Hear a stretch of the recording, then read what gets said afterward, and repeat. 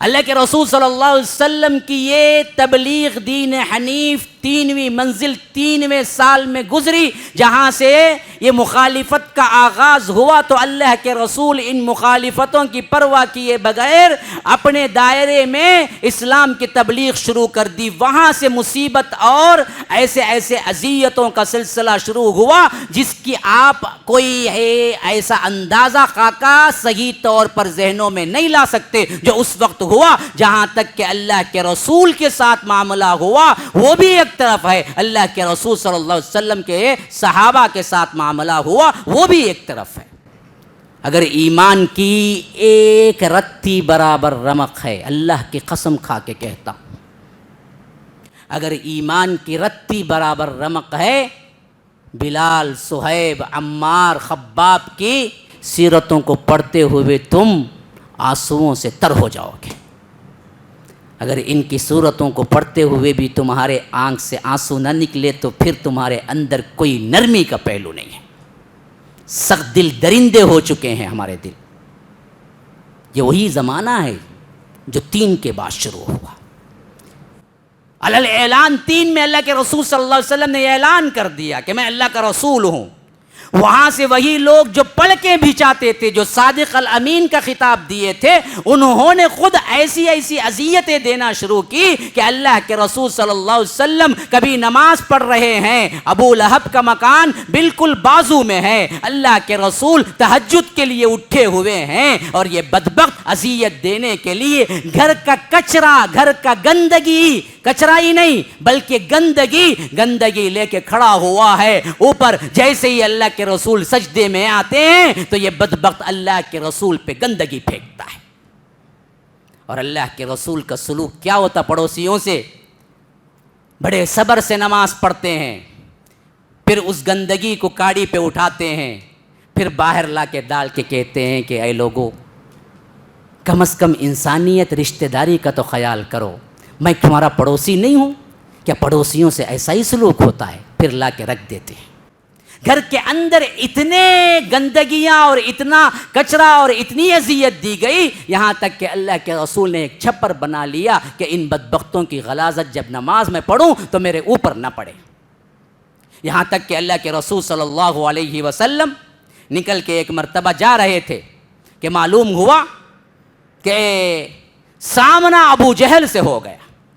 ابو جہل تو اسلام کا نمبر 1 دشمن، اس کے منہ سے کیا ہے؟ اللہ کے رسول صلی اللہ علیہ وسلم کو غلاظت اور اللہ کے رسول صلی اللہ علیہ وسلم کی نفرت پر آگ اگل رہی تھی۔ بکتے بکتے گالیاں بکتے حواس باختہ ہو گیا ہے کتا، اور نکلا اس کی زبان سے اللہ کے رسول کے لیے گالیاں، اور ساتھ میں اس نے اللہ کے رسول کے چہرے مبارک پہ تھوک بھی دیا۔ یہ اذیتیں کیوں؟ کیا اللہ کے رسول اللہ تبارک و تعالیٰ کے محبوب نہیں تھے؟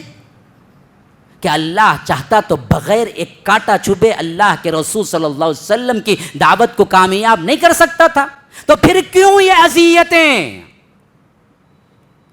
قیامت تک کے مسلمانوں کو یہ پیغام جانا تھا کہ سنو امت مسلمہ، یہ اسلام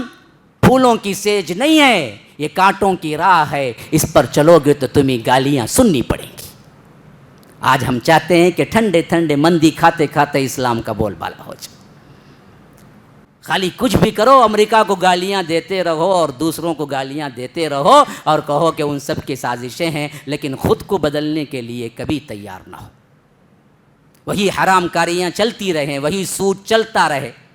وہی اخلاقی بگاڑ چلتا رہے، وہی بے حیائی چلتی رہے، وہی زنا چلتا رہا، کچھ بھی ہو ہم ڈال دیتے ہیں دوسروں کے کھاتوں میں کہ بھائی یہ لوگ ہیں جو کرتے ہیں، گویا کہ ہمارے اندر کوئی خامی نظر آتی ہی نہیں۔ ٹھنڈے ٹھنڈے یاد رکھو، یہ اسلام کا غلبہ ایسے نہیں آیا اور ایسے نہیں آئے گا۔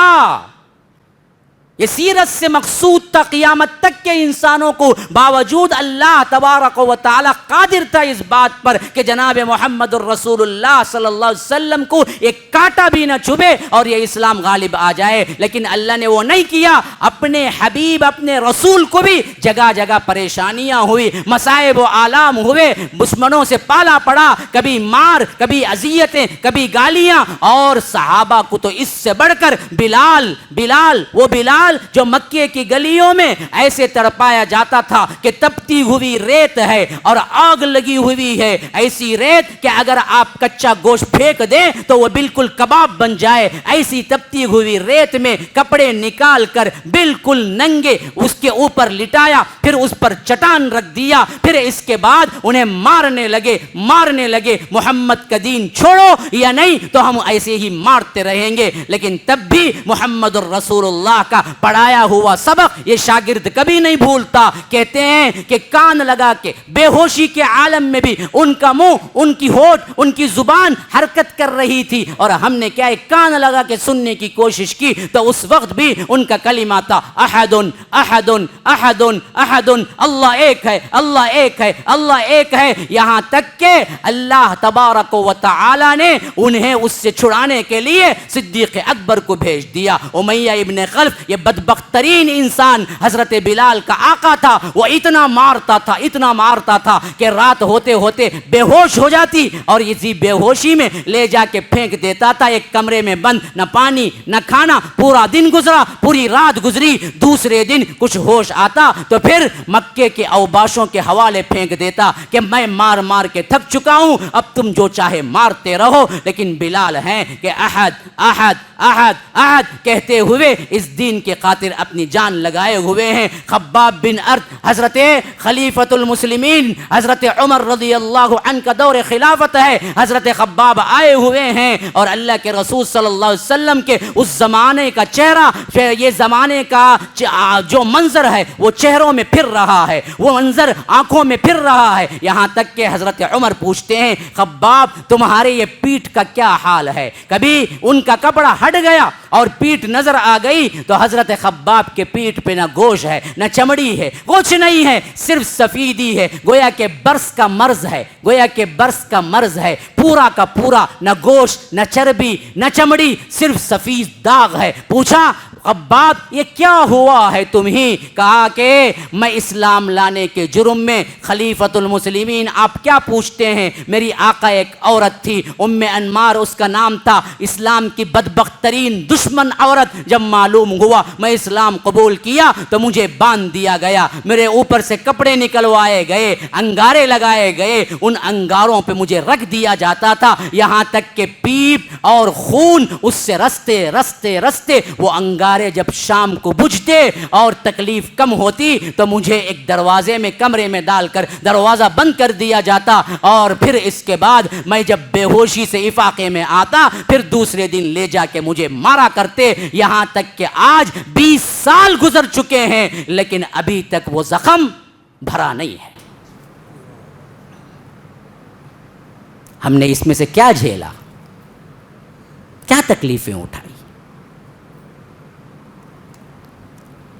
ہم ہی تو اسلام پر قربانی دینے کا جذبہ، چلنا نہیں مانتے تو چلیں گے، چلنا نہیں مانتے تو وہ کیا قربانی دیں گے؟ جی اسلام پر عمل کرنے کے لیے بہانے ہیں تو اسلام کو اشاعت کرنے کے لیے کیا قربانیاں دے سکتے ہیں؟